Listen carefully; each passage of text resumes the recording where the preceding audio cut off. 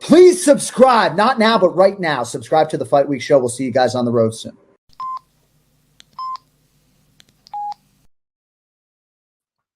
What's happening, Fight Week Show fans, Fight Week Show people, them, and me and Naz. We just touched down. Big up, man. On Dust Up Shakedown. You see? How you doing, my brother Naz? Yeah, man, man's good. Just literally landed down in London last night, early morning. So man's back. You know what I'm saying? I'm gonna try see what I can catch here, see if I catch a local event. Also going to a Chelsea game, even if we're getting smashed. Boy, we're getting smashed there like Diego Simone. I mean, look, it's Chelsea life right now, you know what I mean?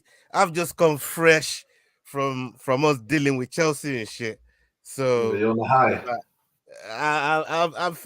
I'm feeling a little good. Hey, big up my boy Capone with a job. Salute to you, brother. Salute to you, man. I mean, just dealing with Chelsea the way we did, getting them points. I know, bro, it's difficult. It's difficult. I felt bad. No, actually, I didn't feel bad ringing you on fucking live stream, man. Only on the stream, bro. I felt bad, my boy. We've been getting it the last fucking 3-4 games, bro. You know what I mean? People phoning in, talking crud. We've been getting it. So it was only right to give you Matisse. You know what I mean? And a few other mans, you know what I mean? They go, I see him in every stream, bro. I feel bad for him. Yeah, but sit there, Carl Rossi said, big up Ola and Robert Whittaker. You Bobby Knuckles. They say you looking like Bobby Knuckles, you know, Maji. Yeah. Seriously, Tony Ibarra, big up yourself. Hey, Tony, Jesus, where do you find these videos you send me, bro? Where do you fucking find these videos, bro? Bro, I'm gonna send you that video, man. I'm gonna send you the video. It to me, Instagram it to me. I know you're using your phone right now. I'll send it to you when we come off air, but it's fucking funny. But listen, we're not here to talk about your pains in football. You know what I mean? This is supposed to be when we spoke on the phone, didn't it? We said, you know what, we got a show that's gonna take your mind off of football, Lily. So exactly. That's what this is supposed to be, man. That's what this is supposed to be. On this show, we've not really touched on some of the card, the landscape of things, even though every now and again we've kind of touched on it on our previous shows. But like to go in depth into it, I kind of want to discuss a few things going on in the most of the divisions in the UFC and in the world of combat sport. Let's start with Masvidal. Obviously, it's come out of the game, and I know how you feel. I know how you feel about Masvidal. But now he's come out of the game and he's doing his own promotion. He's doing his own thing. What have you made of his whole career in his entirety? You know what he's going on to do now, and even for Gilbert Burns, the guy that retired him, that now has a fight this weekend against Belal Muhammad. Yeah, brother Belal. You know what are you thinking of the whole landscape of 170 with Leon Edwards at the helm? Talk to me about all of that. But we start with Masvidal. You know what? First thing, I was thinking about today. I really wish Leon Edwards took this fight earlier. I'm like, why is he pushing everything back so madly? Why can't he take a pay-per-view? But on top of that, I can't come to that, and I was saying I'd have paid another 350 quid, come to that pay-per-view in London, but I don't know. Really got to me. So now you're looking at him fighting Kobe in September, October. They're saying. So if that is the case, they're going to delay it just the right amount of time for the Belal Gilbert. Actually, they'll be sitting out for a while. That's the truth of it. But then, like honestly, Masvidal, he said something about there it is. He wants to return. Kobe Covington saying okay, because he did say something like that. But what I was looking at in detail was Masvidal allowed to fight for his own promotion, and apparently hasn't been released like that yet. Until the UFC give him an official release, he can't do nothing. His hands are tied. No, he can't, because he paid Roy Jones Jr. almost $1 million and Anthony Pettis almost $500,000 for that last fight. So he's thinking, if I could, that's me myself fighting. I don't need to pay X and Y $1 million. I could. So his promotion, Gamebred needs him. So maybe on the slide he wants to come back and file out his contract because I don't think Dana gave him a release after he retired. So he's still stuck in kind of that no man's zone, which is sad. Yeah, yeah. In my mind, I almost think, and you're right when you say, you know what, he might want to come back and fight outside the promotion as well. You know, anywhere that's offering him top dollar, he'll probably take it and still throw it down. But I think that was an emotional sort of retirement because he just felt like, you know what I mean, he just couldn't get it done with Gilbert Burns, somebody that has been decent for a long time. And look, Gilbert Burns is still one of the best in the division, you know. And we see what he did with Hamza. We've seen his recent fights. Like Gilbert Burns, since losing to Usman, he's kind of took a different gear in the way he's approaching fights and just getting the W's and racking up the W's. And that's what he's trying to do now till he gets back to the title contention. But let's talk about you know, Belal and Gilbert Burns and the way these two have kind of come around, and one of them is going to be seeing Leon very soon, obviously after the Kobe fight. But one of these two is fighting for a chance to see Leon in the end. It's a weird one for me, man. Huh? It's a weird one for me because I want Belal Muhammad to win this, but at the same time, I don't see him beating Leon Edwards after the first round. Jamie, can you run the chat in the back, please? Yeah, man, big up yourself, Jamie. Yeah, pop up the chat, so we'll give them a little prop every now and then. But yeah, man, as I said, my brother's coming off Ramadan and then a 2-week break. Like, and after Ramadan, you kind of eat well during that little period, Eid. I'm thinking he took it because he knows when the opportunity comes, you have to take it with both hands, as Dana White always loves saying on every flipping Ultimate Fighter season. You know, and I'm so sure that, you know, it's a struggle for Belal Muhammad because he wants to fight 185 pounds. Gilbert Burns, shut that down. He's like, no, we're fighting at 170. This is a title eliminator. The only thing they both agreed on was the 5 rounds. Gilbert Burns been going around the interview saying, I wanted 5 rounds so I can finish him and look extra good before my title shot. But Belal Muhammad's like, I know I'm a 5-round fighter. I've been doing it before the UFC. That's why he also wanted 5 rounds. So they're both confident, and especially deep water confidence. Very rarely get two people that are so confident. They go, I'll tell mine go 5 rounds. So, and 2 weeks, I mean, sometimes, remember Bisbing said it? Said, I had nothing to lose. I had 2 weeks notice. I felt like all I had to do was light training, cut weight, and fight how I always fight. So maybe it benefit him, maybe not. I know he's part of what we'll call Eagle Gym now. You know, he's getting advice from the Trevor Bees and the odds and the Dazakhstanian. I mean, hopefully that helps him because it did for his last fight. He leveled up. He's 34, and Burns just turned 36 after the Masvidal win. And I'm like, ooh, 36. If I brought this, I'll send you a graph one of these days. The amount of fighters that after 36, woo, and it goes like heavyweight, it's like steep. And then lightweight, middleweight, it starts to go down more. Welterweight, it crashes after 36. Lightweight, after 36, your body's not the same. 30, you know, I know he just turned 36, but I just feel like Belal Muhammad might just get lucky enough to catch him a bit at the end. You know, especially. You think them two gonna stand and bang, or they're gonna really use the extra skills they got? Because we know what Sanford MMA do. You know what I mean? Sanford, they're known for their wrestling. Kamaru Usman was a jiu-jitsu wizard. You know, he's a jiu-jitsu king. And jiu-jitsu as well, which Gilbert Burns. Belal Muhammad does that MMA wrestling. It's like when you go, you know, let me not like GSP and Khabib. They're like, forget Olympics. I'm not trying to win the gold out here. I'm trying to break it, brother. He's got that. So it's going to be very close in that times, and I do think that will force him to stand and bang for most of it. And it's not going to be a high-paced one like Hamzat Chimaev. I'm sorry, guys. It's be much more calculated and calm. Bring it up, yes. Percentage win rate by age. Boy, man. That's crazy, man. I mean, it gets lower and lower, innit? You know what I mean? Like it crashes. You know what, though? I like at 35, you get one more dip.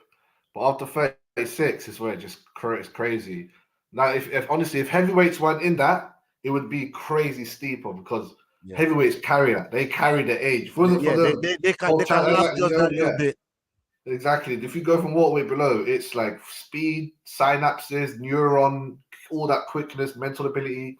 That you need that to be as high as possible, man. Well, yeah, man. I'm hoping this isn't a grappling match. That'll be anticlimactic, no? 5-round grappling, close grappling match. You know, sometimes if it's high level grappling, bro, and you can see what's going on. With the scrambles. Yes, that's when it's sick. When they're proper, like how did he put him on top? Oh my days, now he's on top of him. How did he go for that? That's what I'm saying. If we see high level shit, I was very good. Gillespie versus Ferrer. That's Dariush when he fought Gamrot a bit, like they was. That's why I was so intrigued in the Oliveira and Dariush match. Yes. That's gonna be sick, man. You know what? Now that you said that, I wouldn't mind looking towards that MMA wrestling versus high level jiu-jitsu and strongman wrestling from Stanford. But let's see how that goes, man. That's gonna be a good fight. Who do you want to win? I'm not saying who do you favor. Who do you want to win? Who do you want to see? You want to see a rematch? I fuck with Belal heavy, man, and I know Belal gets a lot of stick. Come on, man. Belal gets a lot of stick. I fuck with both of them. You know what I mean? But I fuck with Belal like heavy. Bro, we gotta get Belal on the channel, man. He's not that hard to contact, man.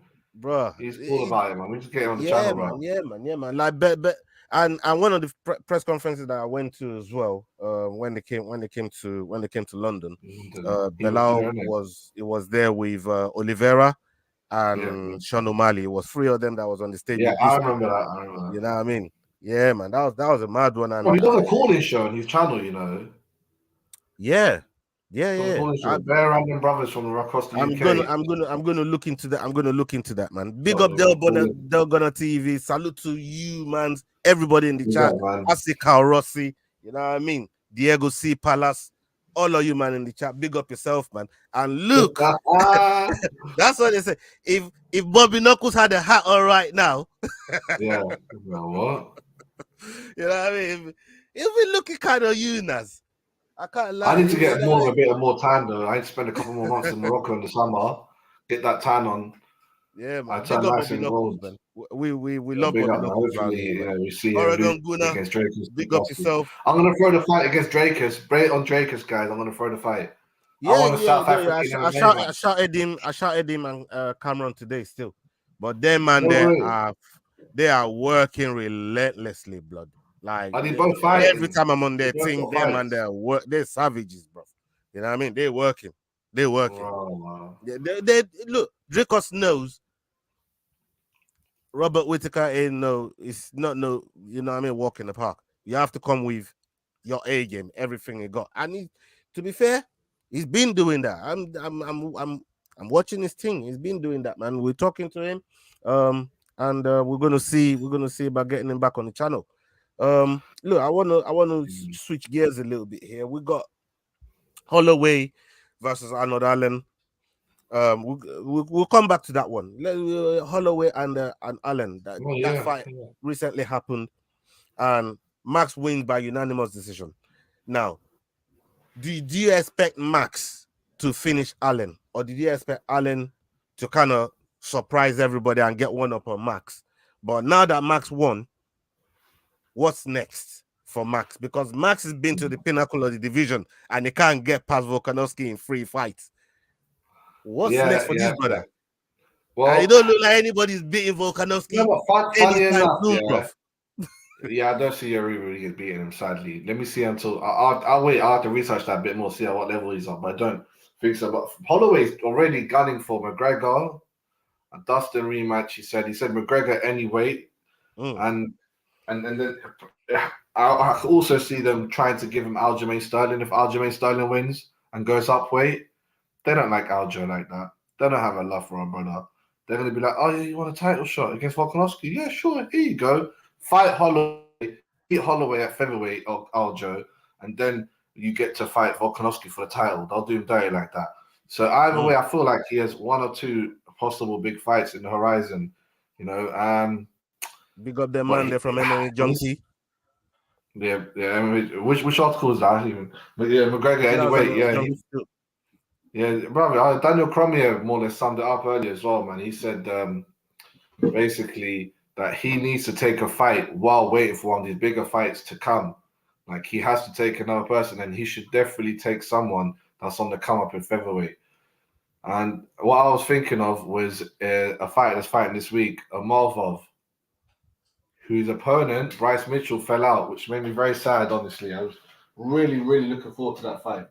Really looking forward to it. I think you were as well. But Bryce Mitchell fell out that fight. If he could have beaten Bryce Mitchell and easily, he might have been able to fight a Holloway. He's undefeated and he's an of course. They always get a bit of a nod. There you go, Bryce Mitchell. Undisclosed injury, is that correct? And this guy, Diego Lopez, I almost feel bad for him. But other than the Malvov, I don't see anyone shaking up the featherweight division. So maybe Max Holloway does have to move up, or maybe just introduce Aljo and then move up. I don't know, but either way, yeah, you know what?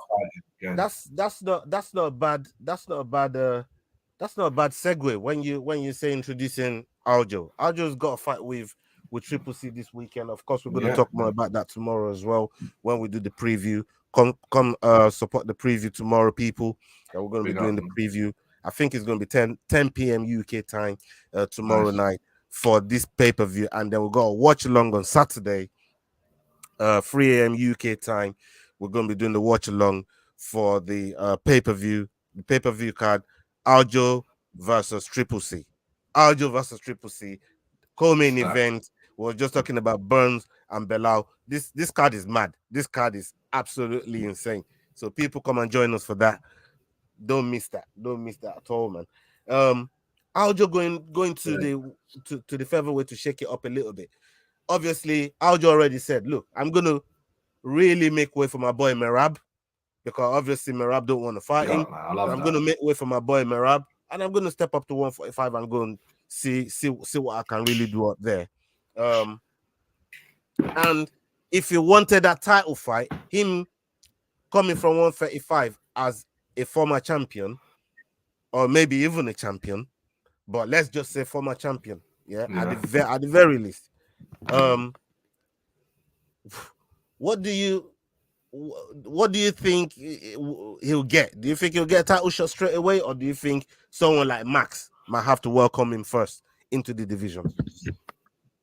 Yeah, as I said, I don't think the UFC like him unless he completely flying knee destroys Cejudo. They're not going to give him that title straight away. Or if he takes Cejudo's back nicely and chokes him out, they might just maybe, but I don't know. I feel like the powers to be don't really want to invest into him. So therefore, I just feel like they'll put him through a flipping Holloway, hoping he fails, making Holloway, still giving him big fights, pay-per-view, whatever he fights. Do you think they'll give him a Volk shot? Do you think UFC will hook him up? Maybe. Look, Aljo's been, it's kind of been fighting everybody they put in front of him. He's beating these former champions as well, in his own words as well from his interviews. And when you deep, he's actually doing that. You know what I mean? Beating up the former champions in Dillashaw, Piotr Yan, Barao. You know what I mean? And the way he puts some, and the way he puts some man like Edin Barao, to deal with man like that. Look at his record in front of him. I mean, look at his run. Is that a very good run? Is that a mad run? So yeah, man, I'm expecting good things. I'm expecting good things from him. Same. I think he'll go down as the GOAT in bantamweight if he wins this. I mean, if he carries on this trajectory, and keep racking up this former champions on his TV. And the only way I see him staying here is if someone catches Marab. If Song somehow catches Marab or something like that, he might just be like, "Oh, I'm going in for revenge of my boy," and then one more title defense. But I think Marab's going to take the fight. That might happen. And even then, I don't even see that happening. I don't see nobody catching Merab like that, bro. It's gonna be hard to Merab is level changed so much, bro. Yeah, His level he's changed quick. so much. And I know people think his style is boring, but when you're a nerd like me, bro, like that shit ain't boring to me, man. That's hard work. That's hard work. And to be able to do it the I way still he remember does that. it, that's impressive, bro. I You know, know what I but don't you mean? remember that Moraes fight? Marlon Moraes. There it is. Yeah. Well, when he fought Marlon Moraes, he got caught. And he was on no man's land, sniffling, ran away almost, then went down for a takedown. It worked, but I was like, okay, so he don't I have that mean, stupid body in the gym. Mariah was he I was know. brutal, man. When man was around, that brother was brutal. Like he just touches people and they fold, bro. You know what I mean? Yeah. Like he was brutal, man. Look, let me ask you this: we see Sergey and my boy Blades. You pick Sergey. Oh. You know what I mean? Obviously, I went with Blades because you know I do fuck with Blades heavy as well, and I thought it was gonna do something. Blades didn't even attempt. I think he only had one attempt. That my man sprawled on him and Blade for whoa, Yeah. you know, whoa. I ain't doing that again. And he never Exactly. went back to it. The whole fight ended up getting knocked out. What's next for Sergey? What's next for Blade? But Sergey, he has to hope John Jones wants to fight the scary boogeyman after he beats Miocic.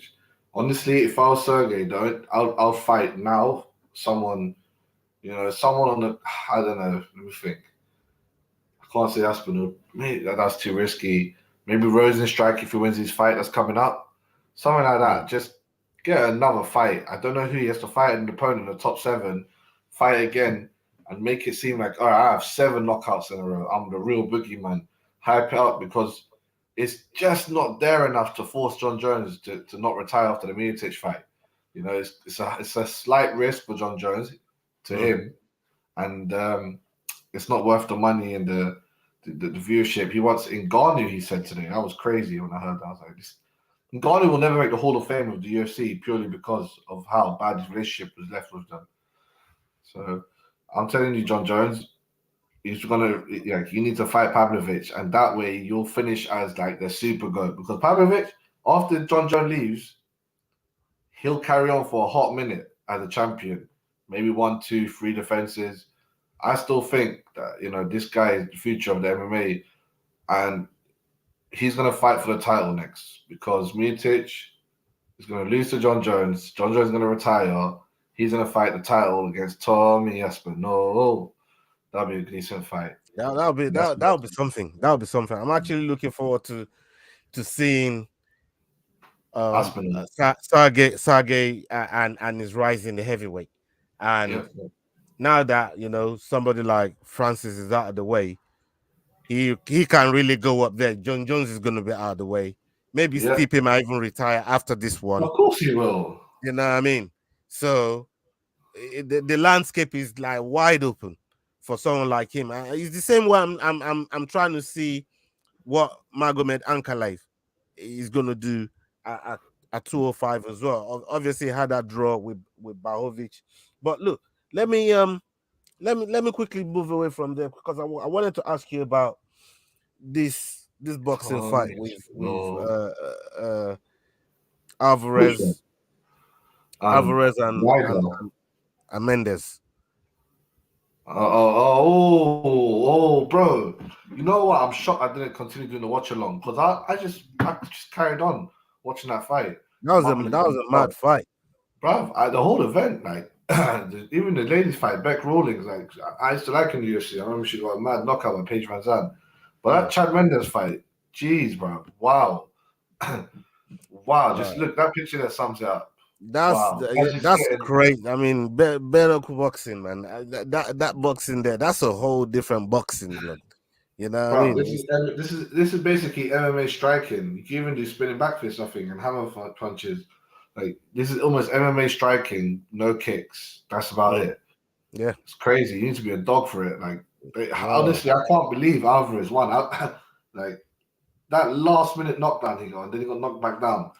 It was crazy. All they got is raps. You know what I mean? That's literally all they got. All they got in their hands is raps. No, Mendes doesn't even have raps. He just has it on his wrist. His actual four knuckles and knuckles were not wrapped. He had an open hand. Crazy shit, man. Crazy shit. John Jones annoys the shit out of everyone, man. Crazy one.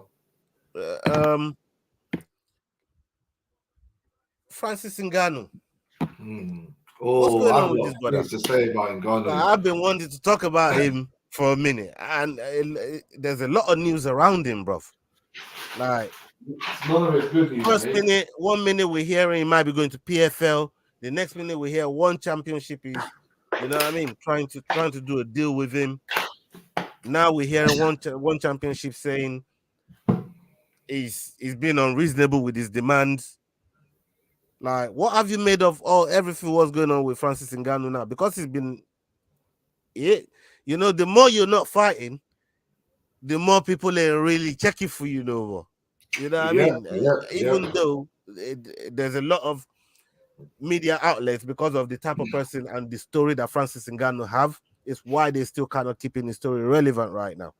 Yeah. But do you think he needs to really consider one of these offers that he's getting and get right back to it? Because again, when you look at his age, it's not he ain't getting younger. He ain't getting younger neither. And we just saw the graph earlier on. So what's your whole take on what's going on with Francis Ngannou? I would say drop the ball, but say he dropped the ball is almost saying like he'll sign another contract once all these opportunities go away for much lower. But I just feel like he's trying to get much more higher demands that are more than just financial, but it also is financial long term.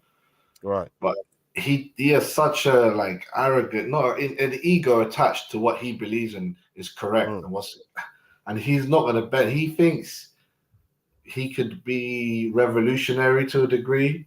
You know, I really would like to go into his mind and see what he says. I mean, from what people that know him say, a lot of negative stuff actually, man. I mean, I'm shocked that the demands he made from Chowdhury and whatnot. But I just think he's in his own world, honestly, and he's not going to shove away from it. And you can't tell him you flopped or you drop the bag. There is no flopping. There is no dropping the bag. Like, I'm going to try this until I die and try to get my way. Like that, he don't care about his age. He doesn't care about none of that stuff that he should. He really should. It's very weird, but for some reason, he really believes in himself. He really believes he could get the best contract ever. And to be honest, as a fighter, I just don't think he's even maybe half of what he used to be. Both his knees went. Even if you come back from that, you're still not the same. After 36, 37, how's he now? 37 or 38? You know, them ages there. Yeah, because from what I first heard when it first dropped, when this whole thing was like a thing, I thought it was going PFL. I mean, this one championship thing came out of the blue. Yeah. Up yourself, Nippon. Yeah, man, salute to you. This one championship thing it came out of the blue. So obviously the BKFC guy alluded to it. Feldman, he said he's asking for way too much money. Do you remember that?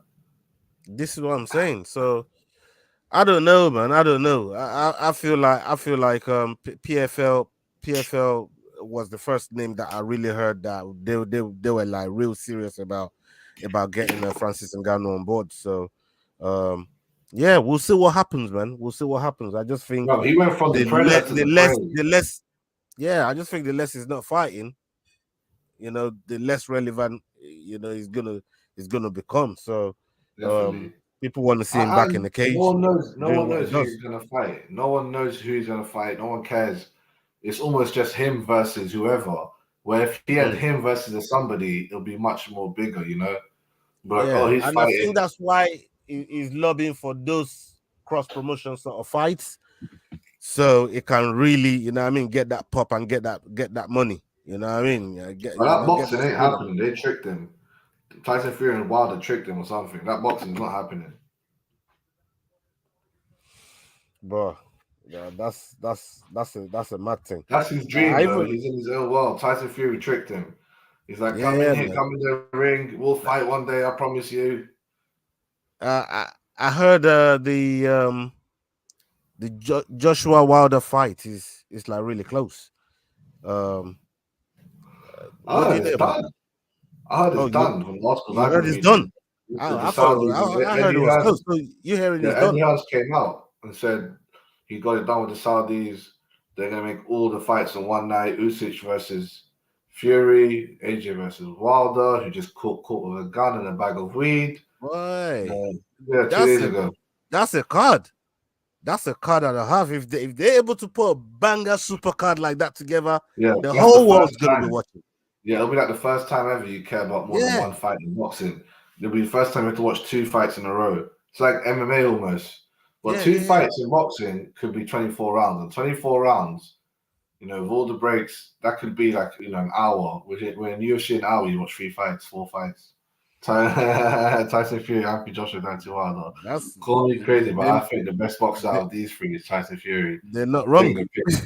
I see one like this where it says, "How do I explain to my son that the best boxer here?" Don't let Fury's looks fool you, man. Don't let Fury's looks fool you. You know what I mean? You can't judge that book by its cover. If there's one book you can't judge by its cover, it's that fucking book.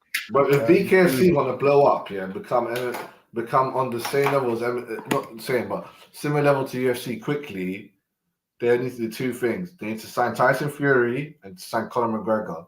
They sign both these guys to bare knuckle boxing. Yeah, no matter how much, they should just get random billionaire investors say, listen, I know it costs a couple of $100 million, but it's worth it. Those 2 will transform bare knuckle boxing. Tyson Fury and McGregor. Remember McGregor was there the other day. Him and what's his name? Mike Perry talking it away. Mike Perry become so big. Oh, look at that. They certainly tried. Here we go. See, McGregor wants to come one day. Let's see how that goes. But didn't he do like a stare down? Didn't he do like a stare down with Mike Perry? Yeah. Oh, Mike Perry, boy. Look, he's got that fight. He's got that fight in the horizon with Chandler, and the only thing that I want to see is what improvement is done in that time. But to do it, oh yeah, Leroy, I saw that video you sent me on Instagram, man. Like, what are you gonna do? What are you gonna do? Don't play it though, but what are you gonna do? What are you gonna do? Look, let me talk about Juliana Pena. She's injured and out of this fight with Amanda Nunes. And I wouldn't really say a lot of people were clamoring for it. You know what I mean? Let me say that. A lot of, I don't know many people clamoring for that fight. Yeah. So to get someone like Irene Aldana, who we know is a tough competitor, to fight someone like Amanda Nunes. What are your thoughts on the fight? And how I'm kind of happy. I was like, Pena is getting it. I get 3rd chance. I was like, I'd rather fight someone else. I think this makes it slightly better. However, I still think the whole card. I think now we have more of a reason where the card should get a new main event. This should not be main event worthy. In Canada, of all places, respect to them. Yeah, they should bring a big main event there, man. I don't know what fight they could do, but they should bring a bigger, better fight than anything, bruv. Yeah, you're right. You know what I mean? I think they could work up a title fight, or even bring this to forward. You know what I mean? Lamar Hill say, "Hey, quickly fight Yard." That'd be nice. That'd be banging. Yeah, I remember when these 2 used to dust up, man. Fucking crazy. Oh, but CM Punk. But that would never happen in a real setting like in the octagon, man. You know what I mean? It would be murder. How much of a mismatch that would be? Yeah, it would be murder, bro. You know what I mean? It would be no. That never happened. That never happened. But the real fight fans, they know that never happened. Like even a 10-pound swing, like it's a madness. We was saying about your boy Jack Shaw. Like literally, any top 100 heavyweight is better than any top 10 lightweight. A top 10 lightweight could go fight the number 100th light heavyweight. That light heavyweight is just much big. Like you'll be doing that jiu-jitsu stuff, you'll be like, okay, super strength. Like you see it done in heavyweight all the time. You see someone like 230 and then try to armbar Ngannou, and Ngannou's like, all right, let me use my 50 pound of difference. Just break out of it. You see it at one championship sometimes. They got some mad weight differences in one championship heavyweight. It's crazy. It's crazy. Yeah, man. It's great, bro. Anyway, yeah. So Pena, Nunes. Pena, I think she'll get another chance. UFC seems to love her. And Nunes, that's an easy fight for, I think, these days. Yes, why we got Gracie here? Because his son's fighting. That's the big man himself. Yeah, we've got Gracie the third, aka it is Royce Gracie, yeah. Yeah, I think Krohn's on this card as well. Krohn's not his son. Krohn's Rickson's son, Hickson Gracie. Hickson's, the strongest Gracie. Everyone knows him as the best. Some people think he's the best fighter ever. He's 400 fights undefeated. That's insane, man. Yeah, man. It sounds like Joe Rogan runs it a bit. Yeah, let's see if Krohn could do it, man. Krohn, bro. Last time he trained out Nate Diaz camp, getting lit, training hard. That's wild. He's already rich. Like, he's already got his own gyms that's successful. He trains private classes for expensive. Did you see this little press conference he done in 2 minutes? He's like, I don't like media. He answered all the questions in like 2 minutes. Yeah. He answered all the questions. Yes, no, I don't know. Don't ask me. Next question. I was like, bro, this guy is not media friendly, bro. Yeah, but sometimes they be like that, man. They be like that sometimes. Serious. Anyways, people. So why have you been laid off for 4 years? Look at that. Look at that. Yeah. Look at that. People, we got the UFC pay-per-view 288 watch along coming up. Aljo versus Cejudo. It's gonna be a mad card. You know what I mean? We got Black Panther coming on. Black Panther is gonna be joining us. He's fighting next week. He's got 1 week. He's 1 week out now. Black Panther.